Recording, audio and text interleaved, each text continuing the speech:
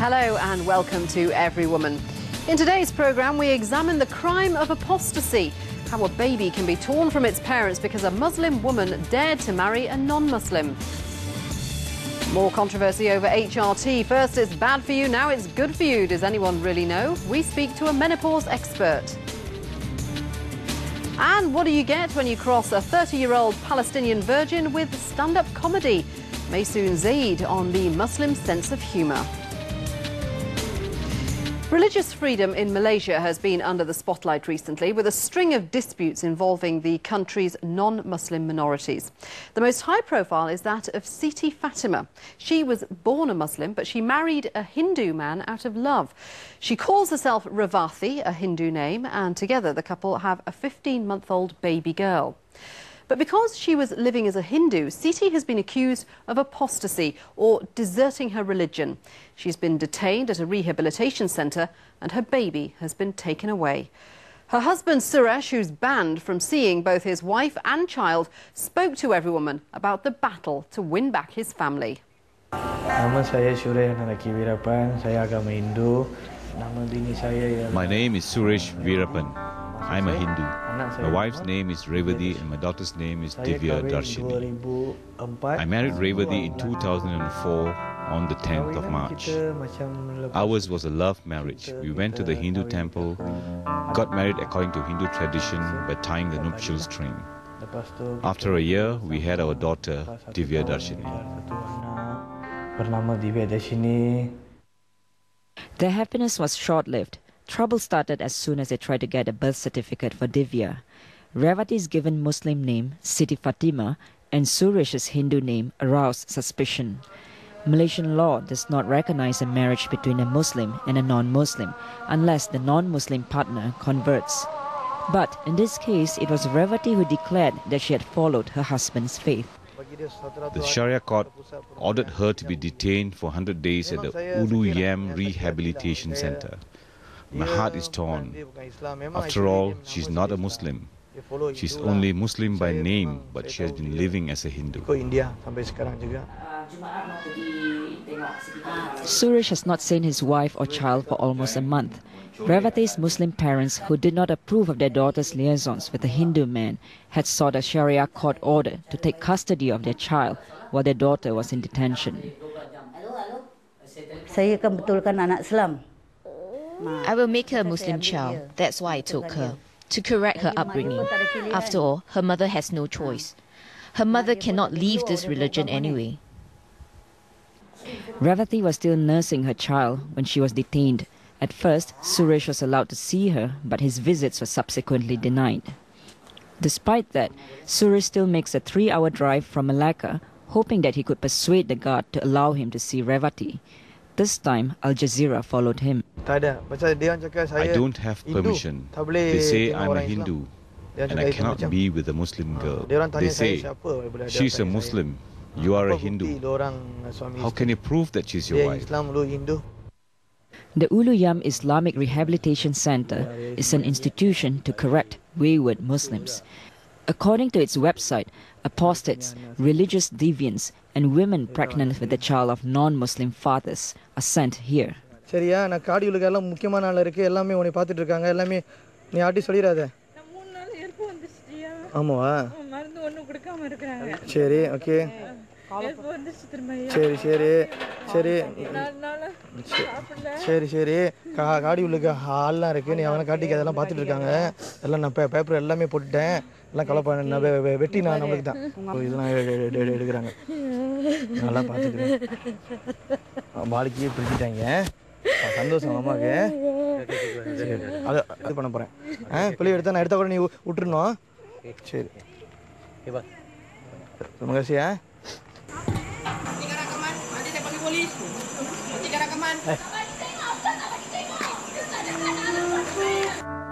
There can be very little doubt, in my view, that the Constitution allows to all persons, including Muslims, freedom of conscience.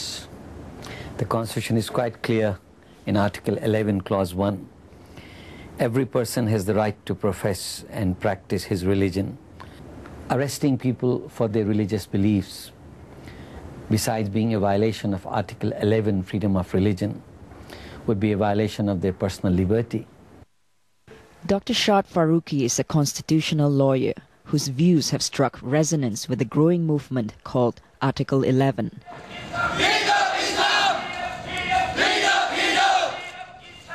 But the government has been careful not to support Article 11 for fear of inflaming Muslim sentiments.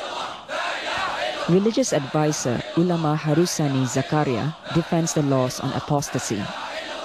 In the law, Islamic law, there is a part of it for apostasy.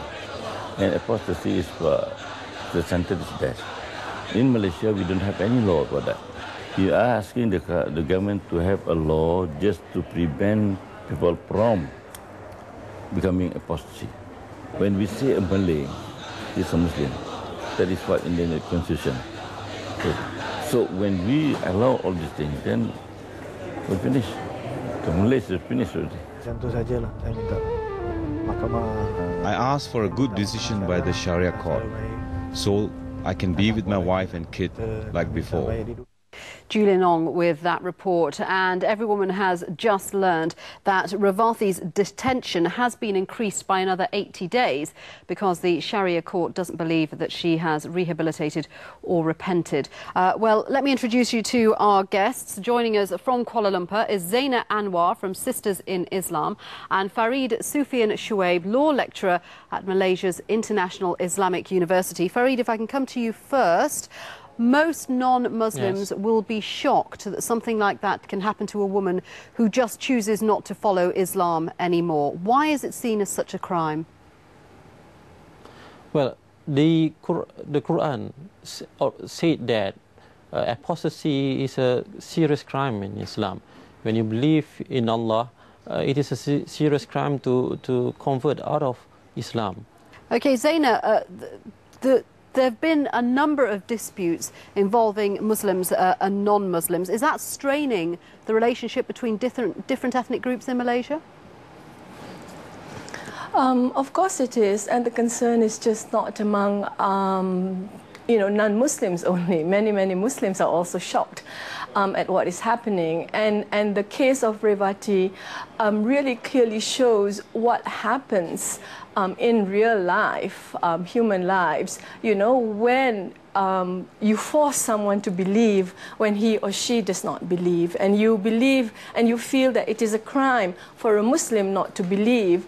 And so, what do? You take her and you put her in a rehabilitation camp and detain her without trial. You deprive her of her liberty, you deprive her of her child, you deprive her of her husband, you deprive her of her right to a family. Farid, what about the assertion that the Constitution of Malaysia enshrines the right of freedom of religion? This seems to go against the Constitution. You cannot look at the provision for freedom of religion in isolation. If you look the Constitution as a whole, you'll come to a conclusion that the Constitution allows for Muslims to regulate themselves. You're obviously a legal expert, but there does seem to be a conflict in Malaysia between the Sharia system for Muslims and the civil system for non-Muslims. You've got two separate systems running at the same time.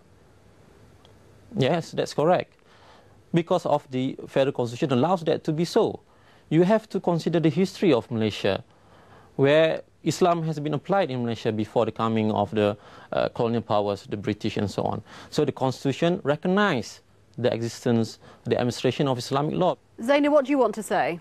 The constitution is a very finely crafted document to serve the interests, the competing interests of different ethnic groups and religious groups in the country. And so the Constitution recognizes that, the Constitution recognizes that the rights that Islam, the Sharia courts can prevail only on those who profess the religion of Islam. Let me put that to Farid. Farid, what do you make of that argument? I think first we need to set the record straight regarding the case in our discussion. The facts are contentious. Is it true that Revathi had been brought up as a non-Muslim? I think the sources that close to the case seem to say otherwise, that she was brought up Muslim. So I leave it at that, because it is contentious. What do you think will be the outcome of the case for Revathi and Suresh? Right. Okay. What I'm saying now is that we have a person who, on the face of it, is a Muslim.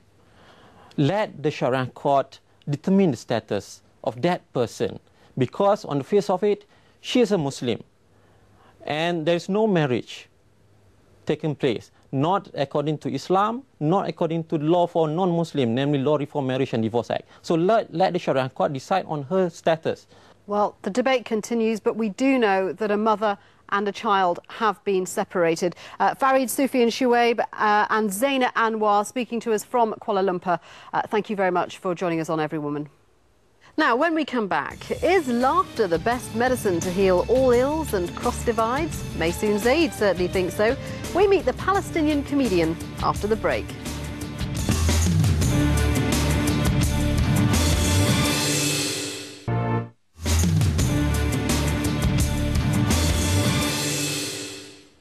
Welcome back. You're watching Everywoman with me, Shuli Ghosh.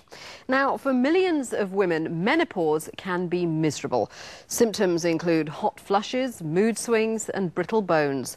Hormone replacement therapy, or HRT, can prevent that and give older women a new lease of life. But 5 years ago, a high-profile study from America linked HRT to heart disease, strokes and breast cancer. Patients came off the medication in droves, only to be told now that the US report was wrong. So, what are we to believe? To discuss the issue, I'm joined from our London studio by Professor John Studd, Chairman of the British Menopause Society. Thank you very much for joining us, Professor. First of all, this is a huge U-turn. What was wrong with that original US report? Well, the original study was wrong because they used the wrong patients, the wrong drug, the wrong dose, made the wrong conclusions, and we told them so. I mean, before the study started, we advised them that it was the wrong age group and the wrong patients. And indeed, it did confirm that there was a reduction of osteoporotic fractures and cancer of the colon, which we knew about and was expected, but it did show a big increase in heart attacks, which was not expected because part of the whole sort of principle of giving HRT was this enormous reduction in heart attacks that we had believed formerly. So just spell it out for us. HRT is no longer considered to cause strokes or heart attacks, is that correct? That's right. If started on the correct dose with the correct patients, that's under the age of 60, and 97% of our patients do start HRT below the age of 60, then they have about a 40% reduction of heart attacks. And as heart attacks are so common, that's a massive reduction. So HRT can actually protect women against heart attacks? Oh yes, we're quite sure about that. And we were sure within a couple of days of reading the original report, because the faults were so obvious that they looked at the wrong age group, women up to the age of 79. But if you look in their own first study of the patients below the age of 60, they did have a reduction of strokes and heart attacks. All those health scares over HRT caused millions of women to come off HRT. What is life like for those women no longer on that medication? Well, they did have terrible side effects of the menopausal symptoms again, and who knows if it increased the risk of heart attacks and osteoporosis just by stopping, and it almost certainly did. There is one other proviso that we should not omit to discuss, and that is the breast cancer risk. Now, yes, there is a link with an increased risk of breast cancer, yes, isn't there? Yes, there probably is a tiny increase, lifetime increase of breast cancer, about 1 in 1,000 or 1 in 100 lifetime risk. And that's not to be ignored. And we do know that the stage is less and the prognosis is better, but nevertheless it's worth avoiding. So you believe that women should still be prescribed HRT and it is beneficial? I have no doubt it's beneficial for women having flushes, sweats, depression, insomnia, and all those problems. And I think they can be reassured. They can be reassured that apart from the slight increase in breast cancer, although that's still controversial, there are no other long-term disadvantages of having HRT. OK, Professor Studd, thank you very much for joining us from London. Thank you. Maysoon Zaid says she needs a sense of humour. She's a woman, she's Muslim, she has cerebral palsy, and she's a Palestinian living in New York. She's also very funny and considered one of the most charismatic and successful young comedians of her generation. Not only that, but in the wake of the 9/11 attacks in America, she launched the Arab American Comedy Festival. Her fans say she's one of the funniest women on stage today. Her mother says she wishes her daughter wouldn't swear so much. Here she is on stage doing what she does best. All right, for those of you who don't know me, my name is Maysoon Zaid, and I am a Palestinian Muslim virgin with cerebral palsy from New Jersey. And if you don't feel better about yourself, maybe you should. Being a Palestinian girl in New York is extremely, extremely challenging. Identifying as anything other than I'm just gung-ho American is challenging in the United States. Identifying with a country that's Arab is even worse because this is New York City. This is where 9/11 happened, and that is associated with Arab names whether we want it to be or not. But add to that the final level of associating with Palestine, and it's just people just freak out. People freak out.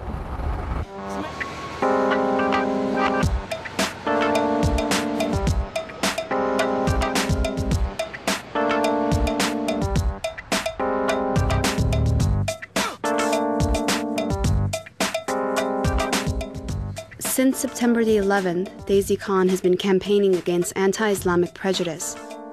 Her organization has been working to rebuild the Muslim community's relationship with America. The event of 9/11, basically, it was the first time in America's history that America was attacked on its mainland. And this attack was associated with Islam and Muslims. After September 11th, Dino Vidala and I, who is my partner in the comedy festival, realized that the negative images of Arabs in the media were just ridiculous. There was just so much negativity towards Arabs. All the Arab roles being played in movies and television were terrorist roles. And meanwhile, we were getting a lot of really positive coverage, both in media and the arts, for being comedians. And we thought, how can we take what's happening with us and bring it to the broader Arab community? So we decided to have a festival.